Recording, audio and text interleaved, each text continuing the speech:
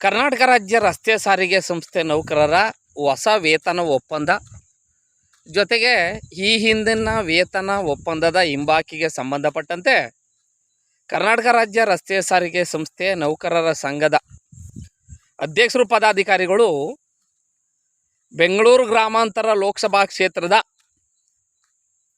ಸಂಸತ್ತು ಮಾಜಿ ಸದಸ್ಯರನ್ನು ಅಂದರೆ ಡಿ.ಕೆ. ಶಿವಕುಮಾರ್ ಅವರು ಈ ರಾಜ್ಯದ ಗೌರವಾನ್ವಿತ ಮುಖ್ಯಮಂತ್ರಿಗಳ ಸಹೋದರರನ್ನು ಭೇಟಿ ಮಾಡಿ ಮನವರಿಕೆ ಮಾಡಿಕೊಟ್ಟಿದ್ದಾರೆ. ಅದೇ ರೀತಿ ಮತ್ತೊಂದು ಕಡೆ ಸಾರಿಗೆ ಸಂಸ್ಥೆಯಲ್ಲಿ ಪ್ರಸ್ತುತ ಸರ್ಕಾರ ಚುನಾವಣಾ ಪೂರ್ವ ಪ್ರಣಾಳಿಕೆ ಘೋಷಣೆ ಮಾಡಿತ್ತು. ಸಾರಿಗೆ ಸಂಸ್ಥೆ ನೌಕರರಿಗೆ ಸರ್ಕಾರಿ ನೌಕರರಿಗೆ ಸರಿಸಮಾನವಾದಂಥ ವೇತನ ಸವಲತ್ತುಗಳನ್ನು ಕೊಡಲು ಸಂಸ್ಥೆಯಲ್ಲಿ ಅಂದರೆ ಸಂಸ್ಥೆಯ ಆಯವ್ಯಯದಲ್ಲಿ ಅಡಕವಾಗುವಂತೆ ಕಾರ್ಯಕ್ರಮ ರಚನೆ ಅನ್ನುವಂಥ ಚುನಾವಣಾ ಪೂರ್ವ ಪ್ರಣಾಳಿಕೆಯನ್ನು ಘೋಷಣೆ ಮಾಡಲಾಗಿ ಸಾರಿಗೆ ಸಂಸ್ಥೆ ನೌಕರರಿಂದೂ ಕನಿಷ್ಠ 20-25 ಕ್ಷೇತ್ರಗಳಲ್ಲಿ ಕಾಂಗ್ರೆಸ್ ಪಕ್ಷದ ಅಭ್ಯರ್ಥಿಗಳು ಗೆಲ್ಲೋದಕ್ಕೆ ಸಾಧ್ಯವಾಗಿತ್ತು. ಅದರಲ್ಲೂ ಸಾರಿಗೆ ಸಂಸ್ಥೆಯ ಬಹುಪಾಲು 60-70% ನೌಕರರೇನಿದ್ದಾರೆ ಉತ್ತರ ಕರ್ನಾಟಕದ ನೌಕರರು, ಅವರು ಸಾರಾಸಗಟಾಗಿ ಆ ಪಕ್ಷವನ್ನು ಬೆಂಬಲಿಸಲಾಗಿ ಅವ್ರ ಕುಟುಂಬದವರು 136 ಸ್ಥಾನಗಳನ್ನು ಗಳಿಸೋದಕ್ಕೆ ಇವತ್ತಿನ ಆಡಳಿತ ಪಕ್ಷ ಸಾಧ್ಯವಾಗಿತ್ತು. ಆದರೆ ಸಂಘಟನೆಗಳ ಗೊಂದಲ, ದ್ವಂದ್ವ ನೀತಿ, ಭಿನ್ನಾಭಿಪ್ರಾಯದ ಪರಿಣಾಮ ಸರ್ಕಾರ ಬಂದು 3 ವರ್ಷ ಆಗಿದ್ದರೂ ಆ ಪ್ರಣಾಳಿಕೆ ವಿಚಾರವಾಗಿ ಒಮ್ಮತ ಮೂಡಿರಲಿಲ್ಲ. ಈಗಲೂ ಮೂಡಲಿಲ್ಲ. ಈಗಲೂ ಸಾರಿಗೆ ಸಂಸ್ಥೆಯಲ್ಲಿರುವಂಥ 16 ಸಂಘಟನೆಗಳು 3-4 ಬಣಗಳಾಗಿ, ಒಂದು ಬಣ ಸರ್ಕಾರಿ ನೌಕರರಿಗೆ ಸರಿಸಮನಾದಂಥ ವೇತನ ಸವಲತ್ತುಗಳು ಕೊಡಿ ಅಂತ ಒಂದು, ಮತ್ತೊಂದು ಈ ಹಿಂದಿನ ಸಂಪ್ರದಾಯದಂತೆ ಶೇಕಡಾವಾರು ಲೆಕ್ಕದಲ್ಲಿ ವೇತನ ಹೆಚ್ಚಳ ಮಾಡಿ ಅಂತ 2 ಬಣಗಳ ಸಂಘಟನೆಗಳು ಮನದಲ್ಲಿ ಅಂದ್ಕೊಂಡಿವೆ.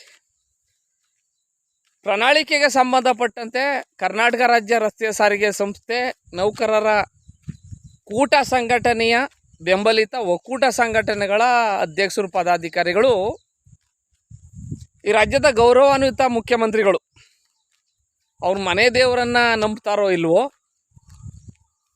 ಆದರೆ ನೊಣವಿನಕೆರೆ ಕ್ಷೇತ್ರದ ಸ್ವಾಮೀಜಿಯವರನ್ನು, ಏಕೆಂದರೆ ಒಂದು ಕೈಲಿ ಸಂವಿಧಾನವನ್ನು ಹಿಡ್ಕೊಂಡು ಸಂವಿಧಾನದ ಪುಸ್ತಕವನ್ನು ನೊಣವಿನಕೆರೆ ಕ್ಷೇತ್ರದ ಸ್ವಾಮೀಜಿಗಳ ಹೆಸರಿನಲ್ಲೇ ಮುಖ್ಯಮಂತ್ರಿಯಾಗಿ ಪ್ರಮಾಣವಚನ ಸ್ವೀಕರಿಸುವುದರಿಂದ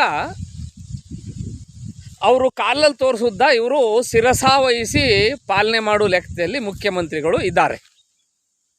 ಯಾಕೆಂದರೆ ನೊಣಕೆರೆ ಅಜ್ಜಯ್ಯನವರು ಮುಖ್ಯಮಂತ್ರಿಗಳು ಶಾಸಕಾಂಗ ಪಕ್ಷದ ನಾಯಕರಾಗಿ ಆಯ್ಕೆಯಾದ್ರೂ 2-3 ದಿನ ತಗೊಂಡ್ರು ಮುಖ್ಯಮಂತ್ರಿಗಳಾಗಿ ಪ್ರಮಾಣ ವಚನ ಸ್ವೀಕಾರ ಮಾಡೋದಿಕ್ಕೆ.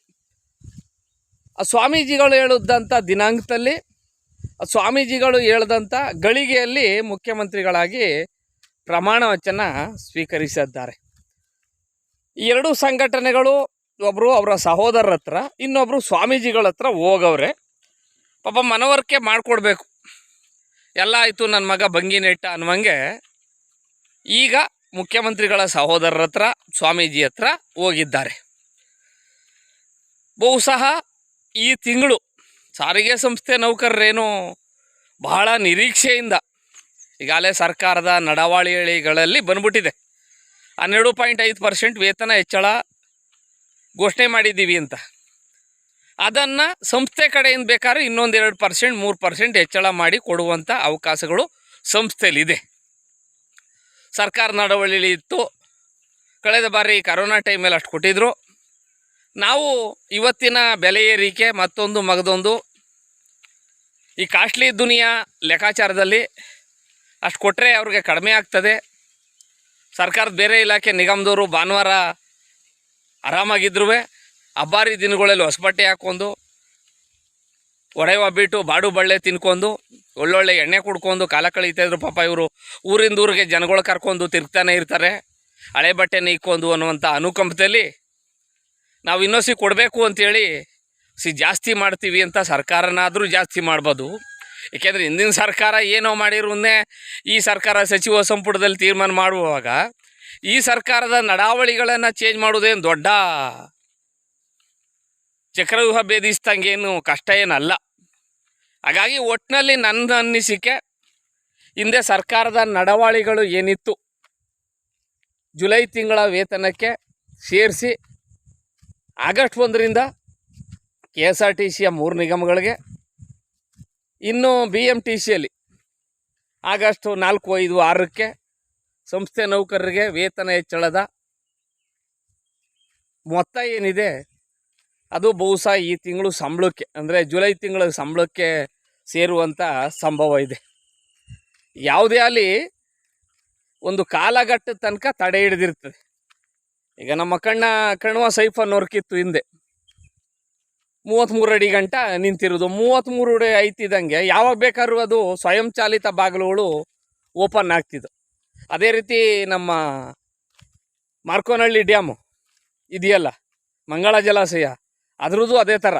ಹಂಗಾಗಿ ಬಹುಶಃ ಸಂಸ್ಥೆ ನೌಕರರಿಗೆ ವೇತನ ಹೆಚ್ಚಳ ಅನ್ನುವಂಥ ಸಮಯ ಬಂದೇ ಬಿಡ್ತು ಅಂತ ಕಾಣಿಸ್ತದೆ.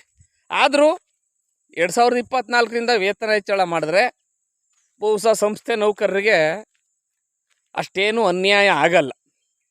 ಕಳೆದ 38 ತಿಂಗಳು ಇಲ್ಲಿ ಹಿಂಬಾಕಿಲಿ 26 ತಿಂಗಳದೇನು ಕೊಟ್ಟವ್ರೆ, ಇನ್ನೊಂದು 12 ತಿಂಗಳದ್ದು ಇಲ್ಲ, ಅದನ್ನು ಸೇರಿಸ್ಕೊಟ್ಬಿಟ್ರೆ ಬಹುಶಃ ಸಂಸ್ಥೆ ನೌಕರರು ನೆಮ್ಮದಿಯಿಂದ ಇರ್ತಾರೆ.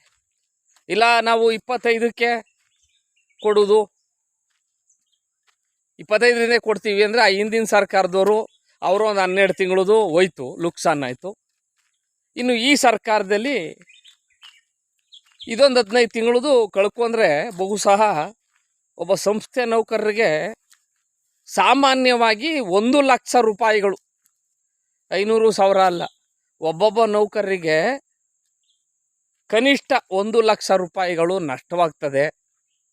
ಸರ್ಕಾರಕ್ಕೆ ನಾನು ಮನವರಿಕೆ ಮಾಡಿಕೊಡ್ತೀನಿ, ದಯವಿಟ್ಟು ಆ ರೀತಿ ಅವ್ರಿಗೆ ಕಷ್ಟಪಟ್ಟು ದುಡಿಯುವಂಥ, ಬಿಸಿಲು ಮಳೆ ಚಳಿಗಾಳಿ ಎನ್ನದೆ ಹಗಲು ರಾತ್ರಿ ಎಂದೇ ಕಷ್ಟ ಬಿದ್ದು ದುಡಿಯುವಂಥ ನೌಕರರಿಗೆ ಅನ್ಯಾಯ ಮಾಡಬೇಡಿ ಅಂತ ಈ ಮೂಲಕ ಮನವಿ ಮಾಡ್ತೇನೆ.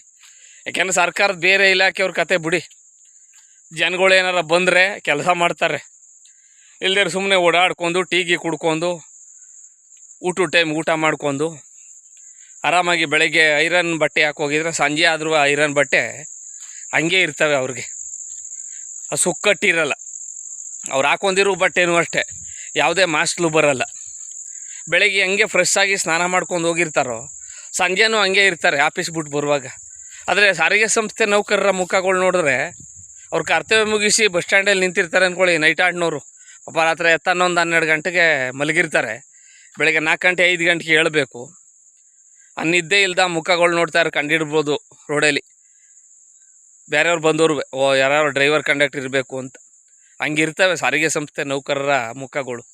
ಒಂದು ಕಡೆ ಹಿಂಬಾಕಿದು ಏನೋ ವೇತನ ಹೆಚ್ಚಳದ ಏನೋ ಅನ್ನೋ ಒಂದು ಕಡೆ ದುಗುಡ, ಒಂದು ಕಡೆ ಒತ್ತಡ ಕರ್ತವ್ಯದ್ದು, ಇವೆಲ್ಲ ಸೇರಿ ಪಾಪ ಬಳಲಿ ಬೆಂಡಾಗಿ ಸೋತು ಸುಣ್ಣಾಗಿ ಹೋಗವ್ರೆ. ನನ್ನ ಲೆಕ್ಕದಲ್ಲಿ ಹೇಳಬೇಕು ಅಂದರೆ ಪಾಪ ಮಾಡಿದವರು ಹಿಂದೂ ಜನ್ಮದಲ್ಲಿ ಯಾವುದೋ ಪಾಪ ಮಾಡಿ ಈ ಜನ್ಮದಲ್ಲಿ ಸಾರಿಗೆ ನಿಗಮಗಳಲ್ಲಿ ನೌಕರರಾಗಿ ಬಂದಿರ್ತಾರೆ, ಅದರಲ್ಲೂ ಚಾಲಕ ನಿರ್ವಾಹಕರಾಗಿ. ಇಲ್ಲ ಈ ಜನ್ಮದಲ್ಲಿ ಇವೆಲ್ಲ ಅನುಭವಿಸ್ತಾರೆ ಅಂದರೆ ಬಹುಶಃ ಮುಂದಿನ ಜನ್ಮ ಅನ್ನೋದೇನಾರ ಇದ್ದರೆ ಬಹುಶಃ ಆ ಜನ್ಮದಲ್ಲಿ ಅವ್ರಿಗೆ ಒಳ್ಳೆ ಜೀವನ ಸಿಗ್ತದೆ ಅಂತ ನನ್ನ ಅನಿಸಿಕೆ. ಎನಿವೇ ಸ್ನೇಹಿತರೆ, ಮತ್ತೊಂದು ಹೊಸ ವಿಚಾರಗಳೊಂದಿಗೆ ಜನಸಾಮಾನ್ಯರ ನಡುವೆ ನಡ್ತಕ್ಕಂಥ ಸಾಮಾನ್ಯ ವಿಚಾರಗಳ ಬಗ್ಗೆ ನನ್ನ ವಿಡಿಯೋಗಳಿರ್ತವೆ. ದಯವಿಟ್ಟು SP ಮಲ್ಲೇಶ್ @ಕರುನಾಡು ಅನ್ನುವಂಥ ನನ್ನ ಯೂಟ್ಯೂಬ್ ಚಾನಲ್ನ ದಯವಿಟ್ಟು ಸಬ್ಸ್ಕ್ರೈಬ್ ಮಾಡ್ಕೊಳ್ಳೋದನ್ನು ಮರಿಬೇಡಿ. ಹಾಗಾಗಿ ನಾನು ಈ ವಿಡಿಯೋ ಮಾಡುವಾಗ ಯಾವಾಗಲೂ ಹೇಳ್ತೀನಿ, ನಿಮ್ಮ ಮನೆಯ ಅಣ್ಣನೋ ತಮ್ಮನೋ ನಿಮ್ಮೇಲೊಬ್ಬನೋ ಅನ್ನೋ ಲೆಕ್ಕಾಚಾರದಲ್ಲಿ ನನ್ನನ್ನು ಪರಿಗಣಿಸಿ ಈ ಬಡವನಿಗೆ ನಿಮ್ಮ ಆಶೀರ್ವಾದ ಆರೈಕೆಗಳಿರಲಿ ಅಂತ ಹೇಳ್ತಾ ನನ್ನ ಈ ಸಾಮಾಜಿಕ ಜಾಲತಾಣದ ವಿಡಿಯೋಗೆ ಪೂರ್ಣ ವಿರಾಮ ಆಗ್ತಾಯಿದ್ದೀನಿ. ಭಗವಂತ ಎಲ್ಲರಿಗೂ ಒಳ್ಳೇದು ಮಾಡಲಿ. ಜೈ ಹಿಂದ್, ಜೈ ಕರ್ನಾಟಕ, ಮತ್ತು ಶುಭ ದಿನ.